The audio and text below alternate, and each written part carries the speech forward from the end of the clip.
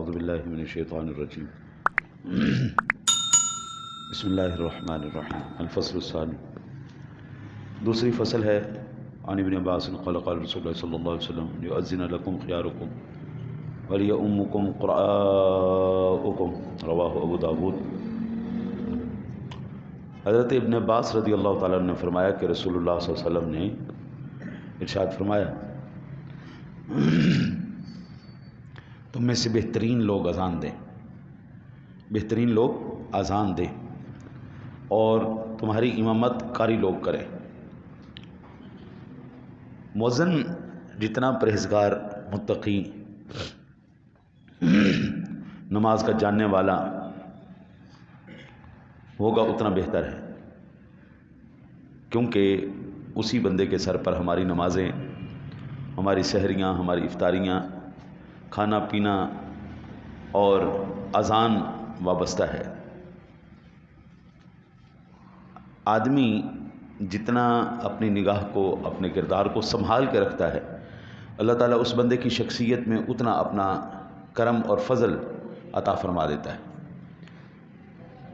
اب اللہ اکبر، یہ تکبیر، یہ ذکر، اذکار صحابہ بھی کرتے تھے، ہم بھی کرتے ہیں، لیکن ان کا تکبیر کرنا، ہاں جی، وہ کیا کہتے ہیں نا جی، اقبال نے غالباً کہا تھا زبان سے کہہ بھی دیا لا الہ تو کیا حاصل، جب دل و نگاہ مسلمان نہیں تو کچھ بھی نہیں۔ ہاں جی، خالی زبان سے لا الہ الا اللہ کہہ دینے سے کچھ حاصل نہیں ہوتا۔ زبان سے کہہ بھی دیا لا الہ تو کیا حاصل، دل و نگاہ مسلمان نہیں تو کچھ بھی نہیں۔ بھئی بولے، جھوٹ بھی بولے، بےایمانی بھی کرے، فراڈ بھی کرے، دھوکہ بھی کرے، اللہ تمہاری خیر کرے، وہ کم بھی تولے، سارے کام بھی کرے اور کہے جی میں مسلمان ہوں، ماشاءاللہ، ہاں کتنا سچا مسلمان، ہاں جی، سود خوری بھی کر رہا ہے، حرام خوری بھی کر رہا ہے، رشوت خوری بھی کر رہا ہے، دوسروں کے حق بھی کھا رہا ہے۔ اور یار آپ اندازہ کریں 90% پاکستان جو ہے نا، 90% پاکستان اپنی بہنوں کا حق کھا کے بیٹھا ہے، بہنوں کا، بیٹیوں کا۔ شادی ہو جاتی نہیں تو کہتے کہ اسی جہیز نہیں دے دیتا، اور تیاں جہیز لے کے گئیاں نے، تے انہوں نے اپنا حصہ لے لیا تو ہوں اسی حصہ کیوں دیں؟ اچھا، اب وہ جہیز کے نام پر ان پر وہ الگ ظلم ہو رہا ہے۔ حصہ وراثت میں بڑے بڑے لوگ نہیں دیتے، اور جی ہم ماشاءاللہ مسلمان، یعنی زبان سے کہہ بھی دیا لا الہ تو کیا حاصل، دل و نگاہ مسلمان نہیں تو کچھ بھی نہیں۔ اسی لیے بندہ ایسا لے کے آؤ جو کردار کے لحاظ سے ٹھیک ہو، ناچتا کودتا پھرے، یہ چکر نہیں ہونا چاہیے۔ اس کی وجہ یہ بھی ہے کہ اس وقت جب یہ حدیث پاک لکھی جا رہی تھی، یہ کتاب لکھی جا رہی تھی، اس دور کے اندر سپیکر نہیں تھے، اس دور کے اندر چبوترا بنایا ہوتا تھا، چبوترے کے اوپر کھڑے ہو کے اذان دی جاتی تھی بلند آواز سے۔ تو وہاں پر پھر جب مؤذن اوپر چڑھتا تھا تو گھروں پر نظر بھی پڑتی تھی، تو لہٰذا ایسا بندہ جس کی نظر بھی قابو میں رہے، دل بھی قابو میں رہے، نماز کے اوقات کا اس کو پتہ ہو، سحری افطاری کا اس کو پتہ ہو، یہ نہ ہو کہ جناب وہ روزہ 5 منٹ پہلے کھلا کے بیٹھا۔ وہ میں نے ایک ویڈیو دیکھی، کچھ سیاسی جلسہ تھا، عصر کی نماز ہوئی، اذان ہوئی ہے تو انہوں نے تمبو لگا دیے کہ سارا جو ہے نا جی افطاری کا سامان پڑا رہے، یہ رمضان شریف کے اندر۔ تو قوم نے کیا کیا، تمبو ہٹا کے عصر تو بعد ہی انہوں نے روزہ کھول لیا۔ ابھی مغرب بھی نہیں ہوئی، عصر کے بعد ہی انہوں نے روزہ کھول لیا۔ میں کہا جی کیا بات، یعنی تو اذان کے اوقات کا پتہ ہونا، نماز کے معاملات کا پتہ ہونا، یہ چیز ہونی چاہیے۔ اور حضور سرور دو عالم صلی اللہ علیہ وسلم کے اس حکم کے مطابق پرہیزگار آدمی، بعض جو ہے نا جی مؤذنین بڑے ہی گندے ہوتے ہیں، بڑے ہی گندے ہوتے ہیں، اوئے ہوئے ہوئے۔ بھئی تم پیسہ لے رہے ہو خدمت کا، تو مسجد تو صاف رکھو نا یار، مسجد نہیں صاف رکھو، مسجد گندی رہے گی، پیسہ لے لیا کم نہیں کیتا۔ ہم لوگ اس وقت مزاج یہ بن گیا ہے، دفتر میں آنے کا، اپنی جگہ پہ آنے کا ہم تنخواہ لیتے ہیں، لیکن کام کرنے کے لیے رشوت لیتے ہیں۔ چیز ہمیں چاہیے، سارا کچھ چاہیے، لیکن محنت نہیں ہم نے کرنی ہے، تو یہ چیزیں، وہ چیزیں، معاملات مد نظر رکھا جائے۔